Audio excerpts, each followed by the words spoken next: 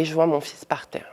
Il n'y a que ce sol mouillé, ces feuilles mortes et mon fils par terre. Je me mets à côté de lui par terre et je sais que j'ai dit « il ne faut pas le laisser là, il va avoir froid ». Ce qui est complètement irrationnel puisqu'il est mort. Bonjour, je m'appelle Charlotte Lefebvre, j'ai 45 ans, je viens de Paris et je viens ici aujourd'hui pour vous parler de la mort de mon fils et surtout de la transformation du deuil que j'ai décidé de faire.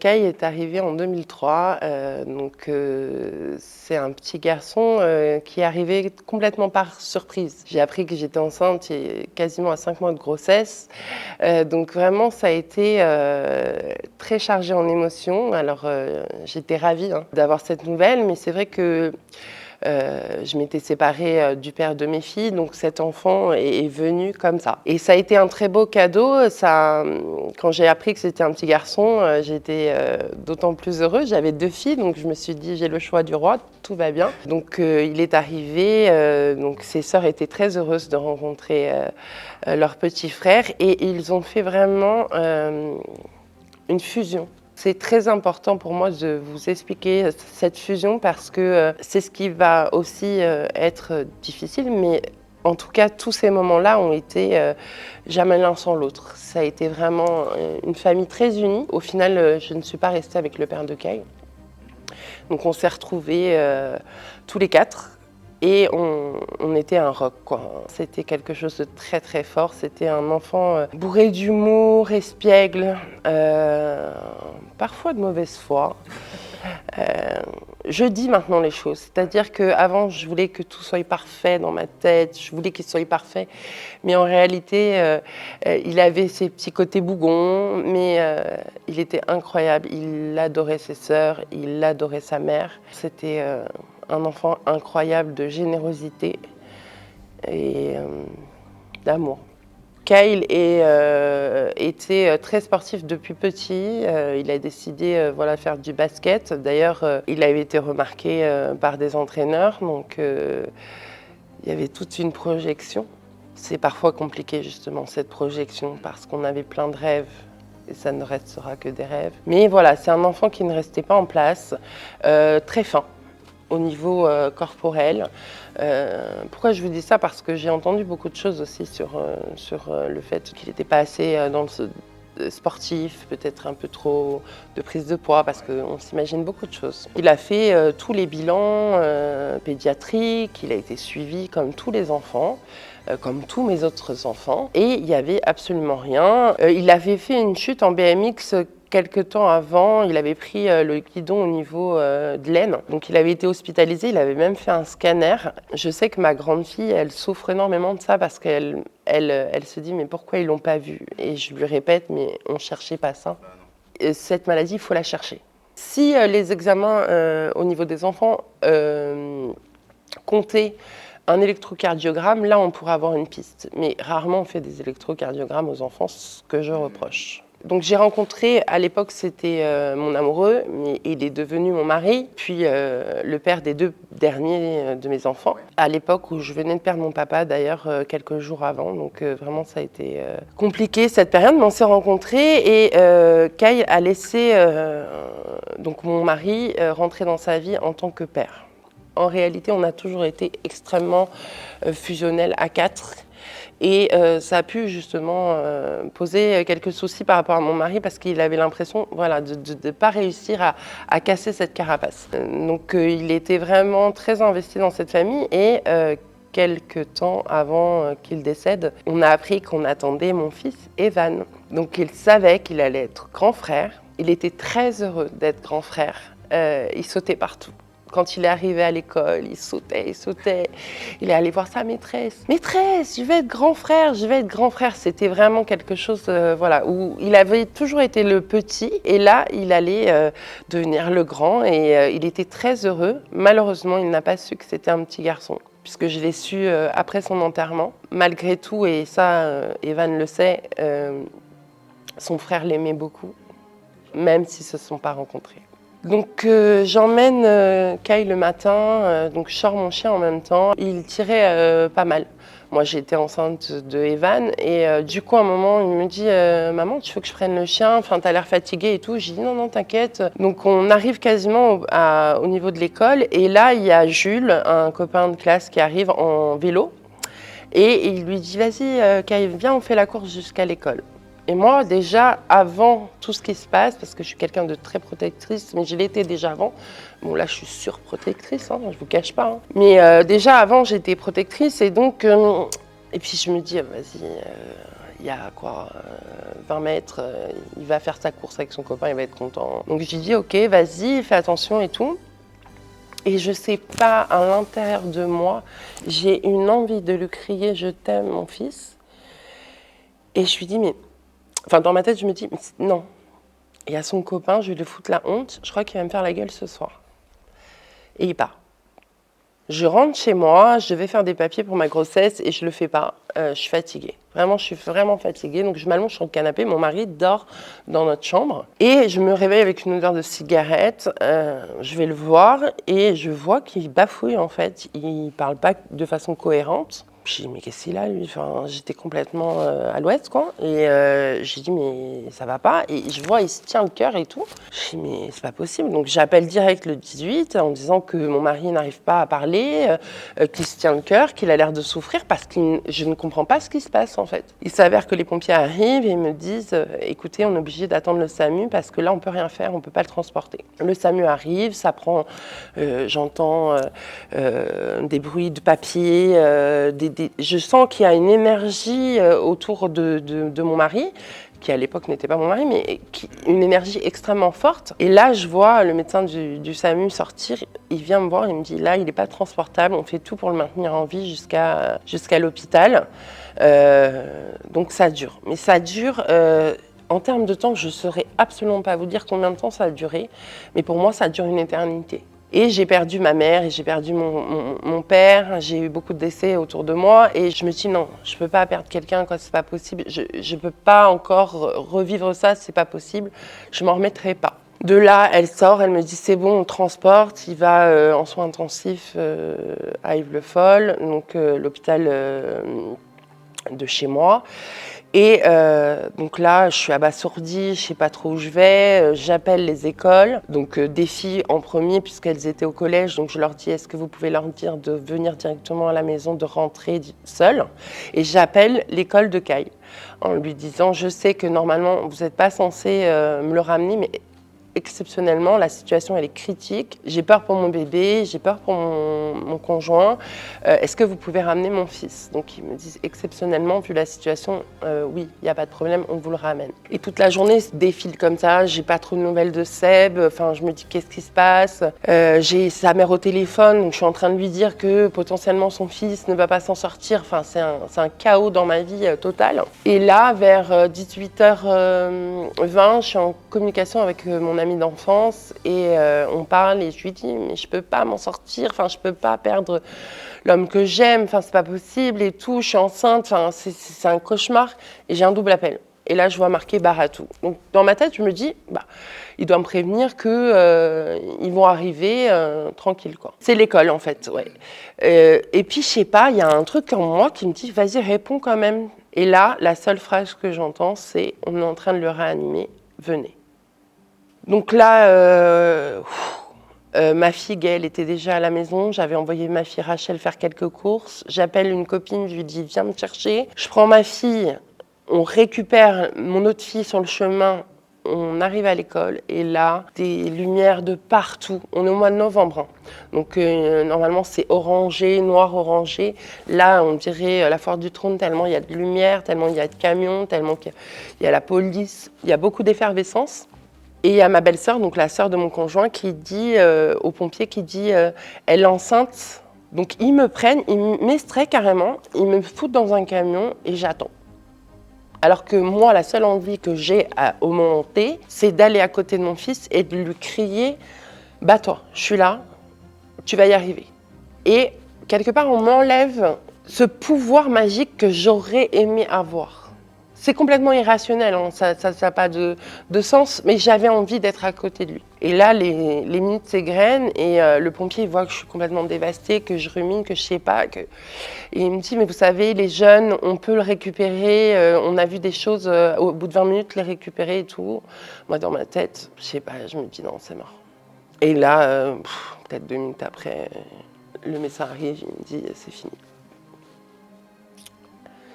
Donc je sors du camion, j'entends un cri. C'est ma fille aînée qui crie et je vois mon fils par terre. Donc là, il n'y a plus d'effervescence, il n'y a plus de lumière, il n'y a plus rien. Il n'y a que ce sol mouillé, ces feuilles mortes et mon fils par terre. Il a la dent cassée. Je me mets à côté de lui par terre et je sais que j'ai dit, il ne faut pas le laisser là, il va avoir froid. Ce qui est complètement irrationnel puisqu'il est mort. Donc ils le prennent, ils le mettent dans la cantine sur le sol et je veux lui fermer les yeux. C'est moi qui l'ai mis au monde, c'est moi qui va lui fermer les yeux. Et là, j'ai compris qu'il était mort depuis longtemps. Parce que quand j'ai essayé de lui fermer les yeux, il y avait une résistance. Moi, je pensais que ça serait simple de lui fermer les yeux, et pas du tout. Il y avait déjà, ce que j'ai vais comprendre par la suite, la rigidité qu'on parle quand on parle d'un cadavre, voilà. Donc, c'est... Mais je voulais le faire. Je ne sais pas combien de temps tout ça a duré. J'ai ce sentiment de flottement.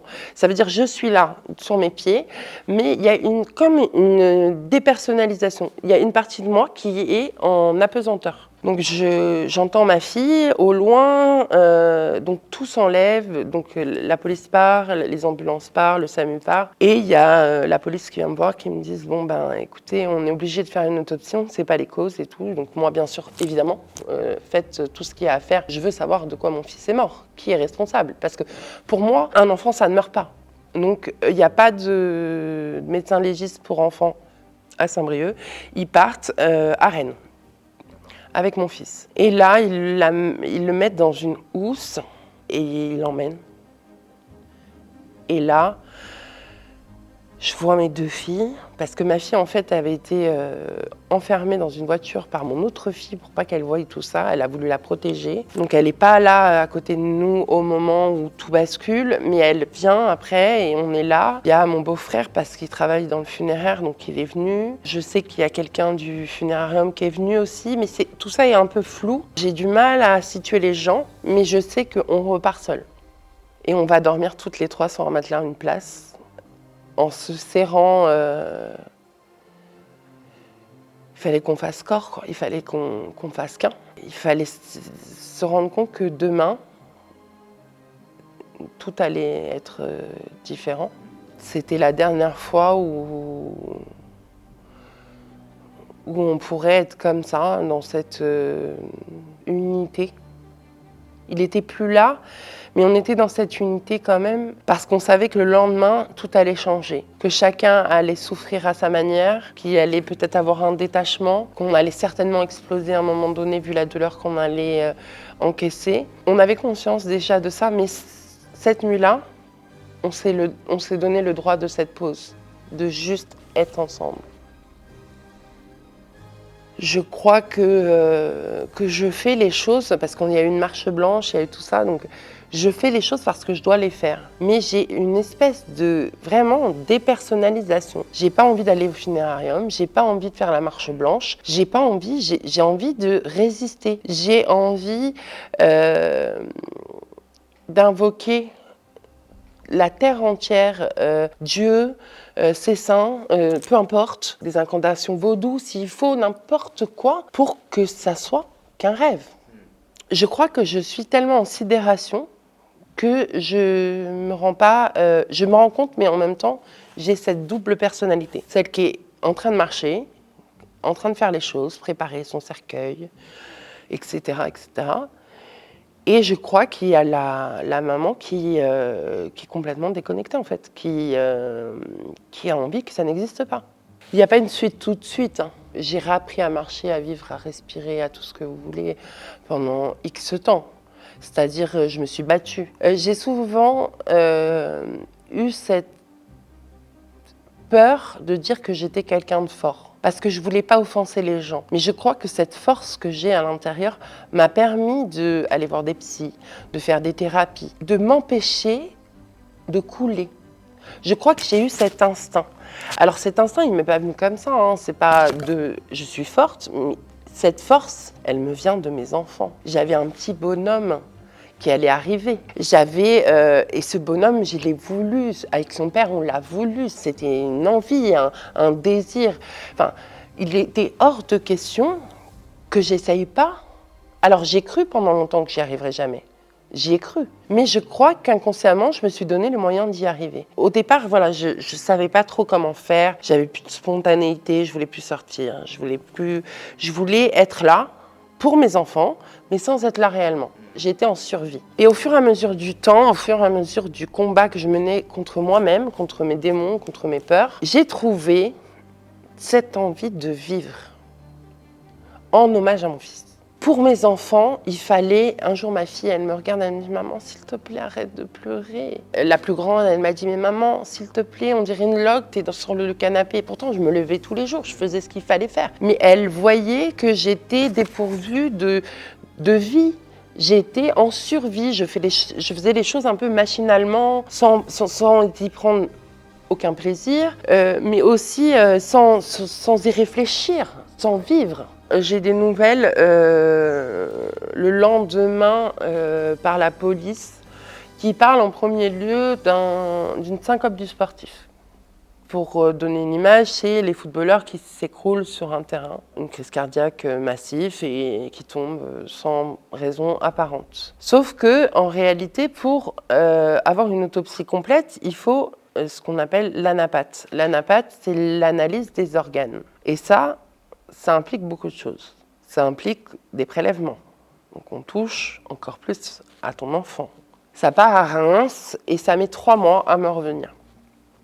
Je reçois les résultats le 12 mars 2014. Donc il est mort le 12 novembre 2013. Et je lis ça et je prends un coup de poignard dans le cœur. J'ai jamais eu des mots qui m'ont fait aussi mal. Mon fils n'était pas mon fils. Il était déshumanisé au possible. Alors je le comprends avec le recul, il n'y a pas de problème, c'est un travail, c'est de la façon dont les choses sont faites.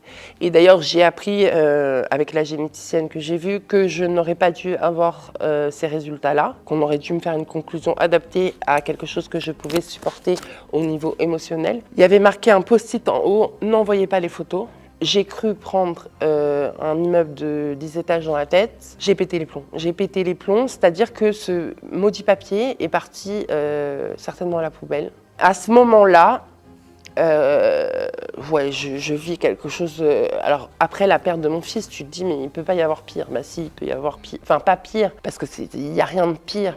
Mais tu peux avoir des choses qui te brisent en 50 000 morceaux. Et ça en fait partie. Donc l'anapathe revient, on me dit que son cœur est trop musclé. Mais sans dire exactement la raison pour laquelle il est trop musclé.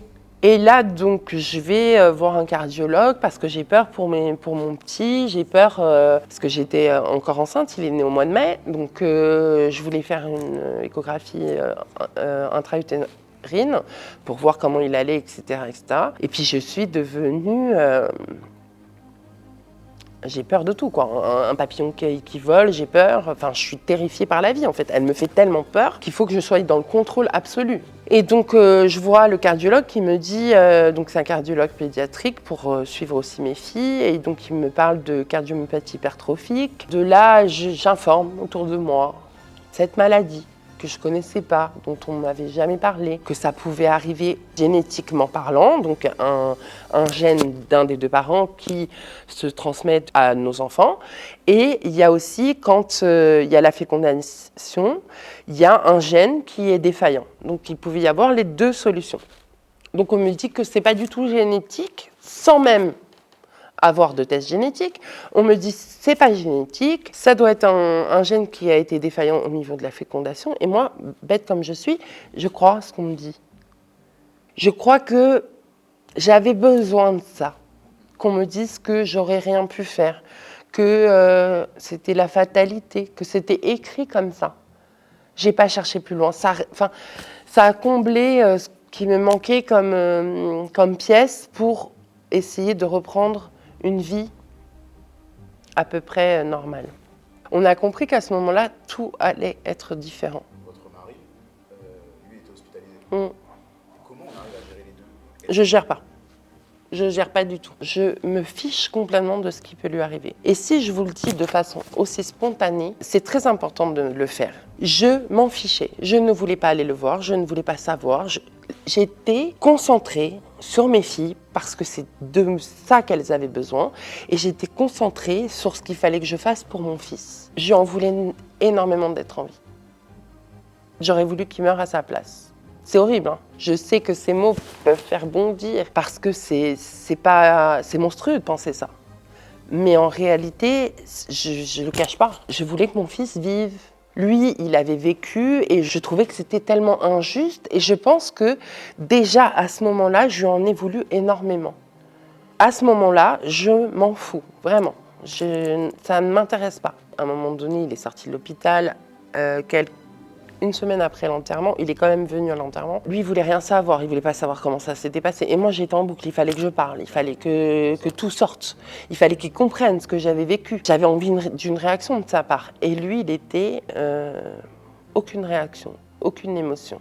Et ça a duré. Ça a duré longtemps. Où on s'est perdu totalement. On était ensemble l'un à côté de l'autre, mais sans même partager quoi que ce soit.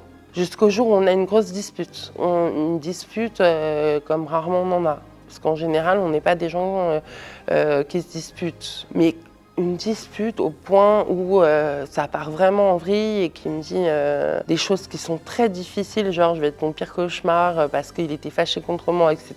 Et je le regarde et je lui dis mais quel pire cauchemar, enfin je le vis là, de quoi tu me parles? Et là je commence à taper sur la table en lui disant mais t'es là, tu vas pas te soigner parce que je pensais qu'il était nécessaire qu'il ait une prise en charge psychologique pour extérioriser lui aussi ce qu'il avait ressenti. Parce que moi, j'étais déjà à un cheminement différent. J'étais déjà dans une évolution à l'acceptation jusqu'à la résilience. Il fallait que j'arrive à la résilience. Et lui, il était là, il ne voulait pas voir de psychologue, il ne voulait pas faire la thérapie familiale. Et il fallait que je lui dise que je lui en voulais terriblement. Qu'il soit là, à côté de moi. Que c'était pas sa place, que la place, elle était réservée à Kyle. J'aurais voulu. Et il me regarde et il me dit, mais si tu savais comme j'aurais aimé mourir à sa place. Et là,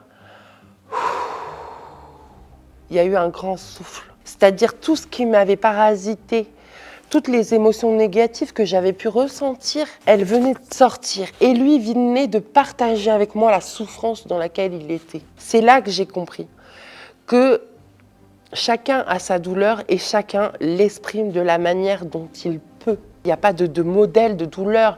Toi, tu peux parler pendant des heures, l'autre être complètement muet, c'est pas pour ça qu'il ne souffre pas. Et là, j'ai compris.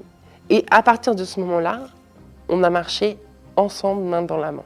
Avec beaucoup de hauts, beaucoup de bas, mais on s'est mariés. On a eu Eden après. Et encore là, vendredi, quand on a eu le résultat, il m'a envoyé juste une vidéo en m'expliquant ce que c'était un couple qui dure.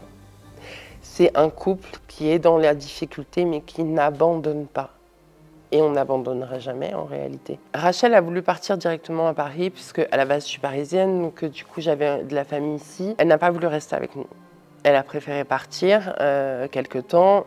J'ai accepté. Parce qu'il y a une anecdote, c'est-à-dire quand j'avais à peu près 15 ans, j'ai lu le livre de la fille Trintignant qui avait perdu sa sœur. Non, pas Trintignant, Fugain, qui avait perdu sa sœur et qui disait qu'elle avait l'impression que ses parents lui avaient volé son deuil. Tout le monde voulait savoir comment allaient les parents, mais qu'elle se sentait un peu illégitime dans la douleur puisque on pensait qu'à leurs parents. Et ce livre m'avait extrêmement marquée.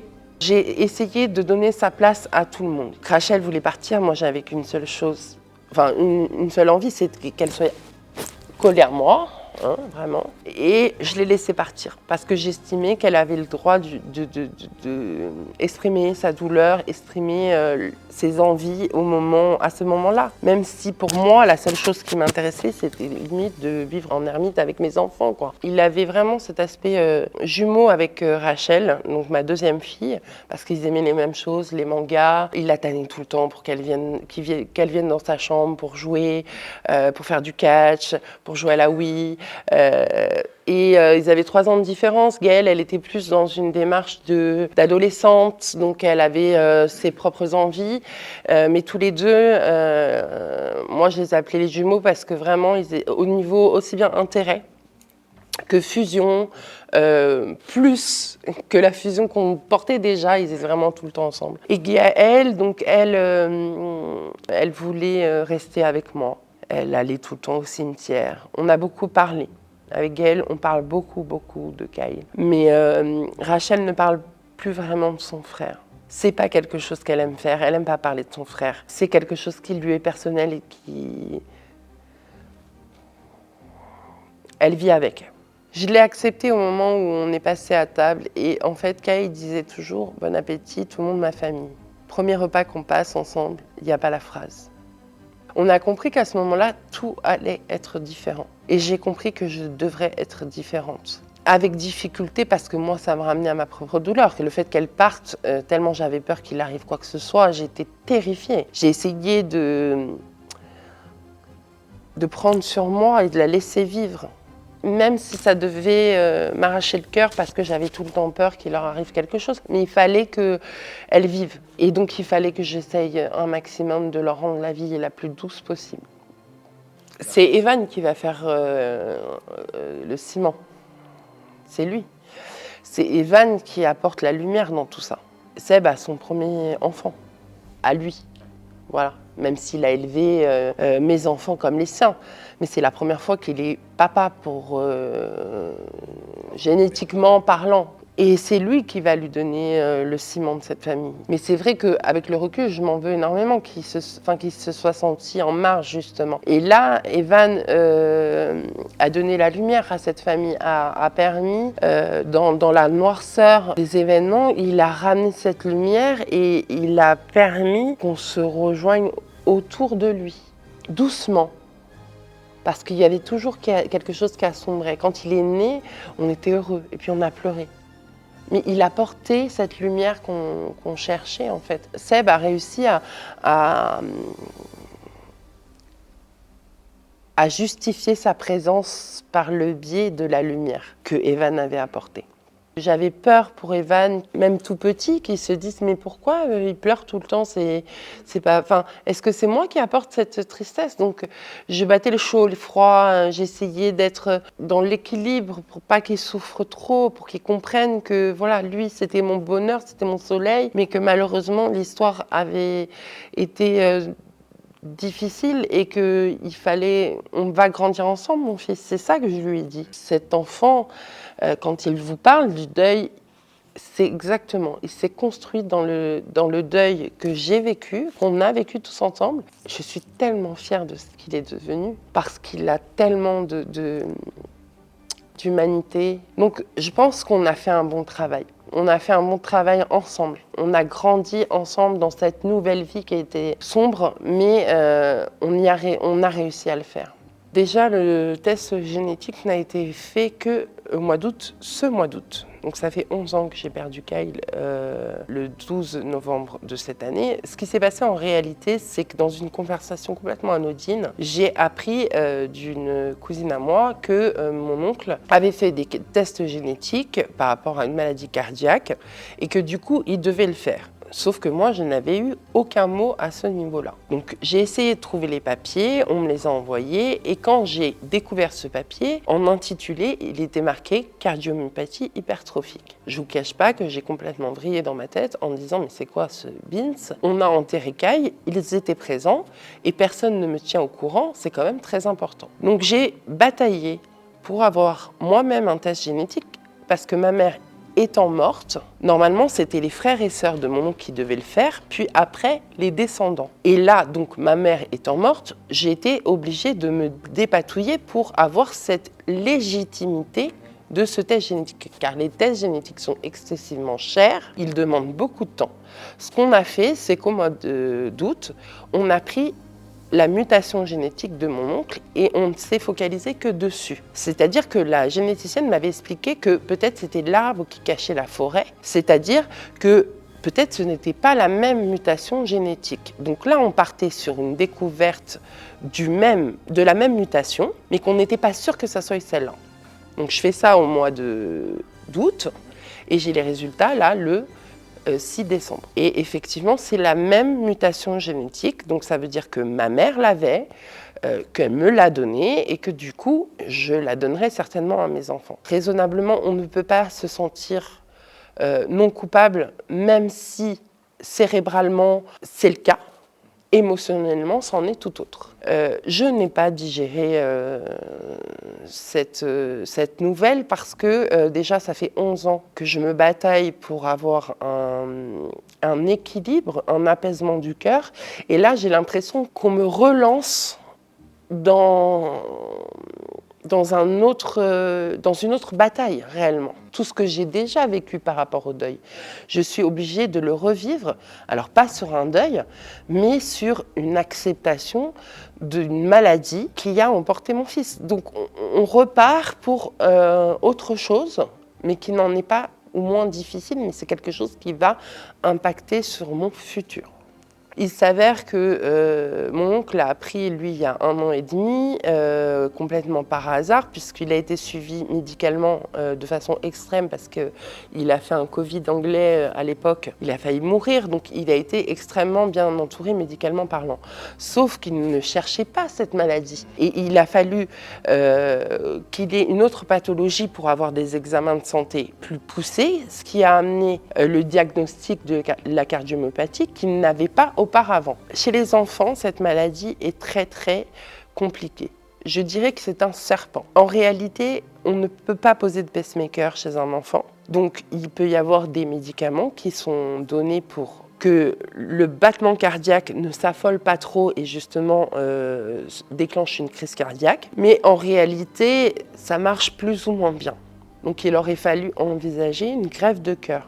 Donc oui, on aurait pu faire des choses, mais ça aurait aussi impliqué énormément de souffrance réellement, puisque une greffe de cœur, c'est pas rien, hein. Et moi, en tant que parent, je ne souhaiterais jamais la mort d'un autre enfant pour sauver la vie du mien. En ce qui concerne la prise en charge par rapport aux petits, là ça va être plus simple, déjà parce qu'ils sont suivis depuis longtemps, hein, depuis que je sais que potentiellement c'était un facteur de fécondation, donc ils ont eu cette prise en charge. En fait, là, il faut mesurer le muscle cardiaque. Si le muscle cardiaque est trop grand, ça veut dire qu'il y a une cardiomyopathie. Ce qui se passe, c'est que le cœur, par exemple, vous allez jouer au foot, il va commencer à se battre, puis il va monter dans les tours un peu trop, et comme ce muscle est trop musclé, il n'arrive pas à se réguler pour redescendre tranquillement. Donc il va remonter, et il va faire un infarctus massif.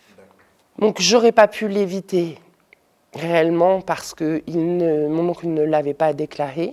Donc je ne peux pas imaginer une autre réalité parce qu'elle n'existe pas en réalité. En fait, ce que j'ai ressenti, ma mère, je l'ai perdue, j'avais 11 ans.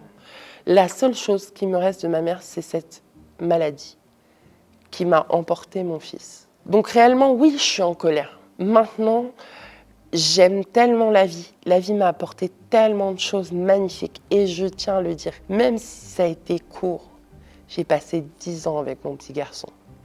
Il m'a apporté énormément. Je suis fière et merci mon Dieu d'avoir eu un fils magnifique comme ça. Je ne veux pas vivre dans la colère. Je ne veux pas être en colère contre qui que ce soit.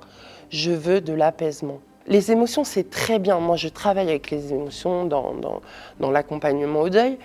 Mais il y a une émotion qui ne sert à rien, c'est la colère. Parce qu'elle nous consomme. Être en colère après eux, ça veut dire quoi, réellement? Ça va changer ma vie? Ça va me permettre d'aller mieux? Pas du tout. Donc il faut que je me débarrasse de ça en tous les cas.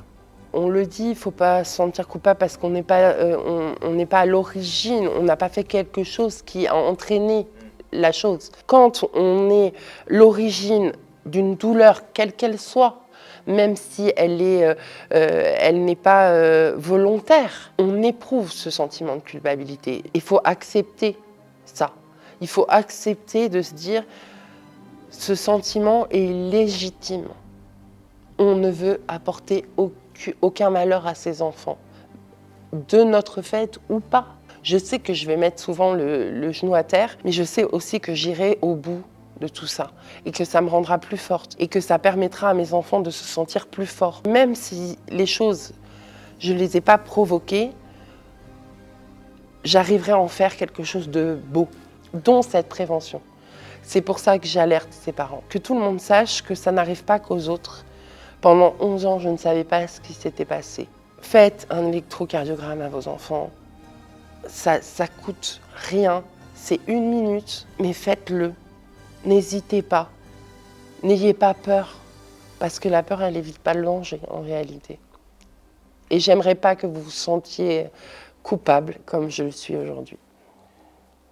Personne ne devrait rester seul dans la perte, peu importe, un ami, un frère, un parent, un enfant. On ne peut pas rester seul. Vous avez dit quelque chose de très intéressant. Je ne sais pas si on peut faire le deuil d'un enfant. Qu'est-ce que ça veut dire un deuil? Alors, je pense que la définition est propre à chacun. Mais moi, je vais vous donner la mienne. Le deuil, c'est accepter de vivre sans l'être aimé.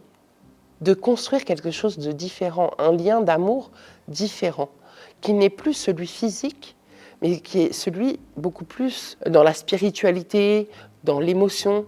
Pas un jour ne passe sans que je pense à Gaël. Donc oui, j'ai fait mon deuil de mon fils. Et j'ai pas à en rougir. J'ai l'impression que quand on dit « j'ai fait le deuil de mon enfant », c'est limite une insulte, comme si on devait être à perpétuité puni de cette perte. Je souffre toujours. Ça ne m'empêchera jamais de souffrir, mais j'ai accepté que mon enfant était mort.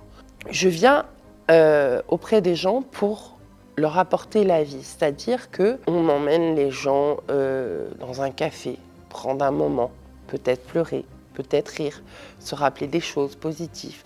On est dans la vie, on a envie de donner l'espoir aux gens qu'un jour, leur cœur s'apaisera.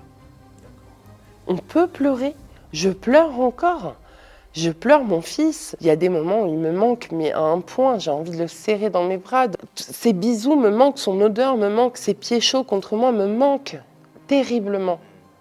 Mais il est partout où je suis. Je le fais vivre d'une autre manière. Il ne nous quitte pas. Il nous a quittés physiquement, mais pas au-delà. Merci à vous, franchement, de m'avoir donné cette possibilité de donner ma version, mon histoire, notre amour surtout.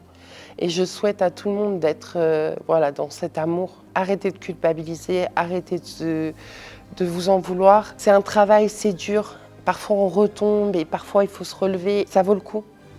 Vous avez perdu quelqu'un de cher, je l'entends, mais vous avez d'autres choses à faire avec la personne que vous avez perdue.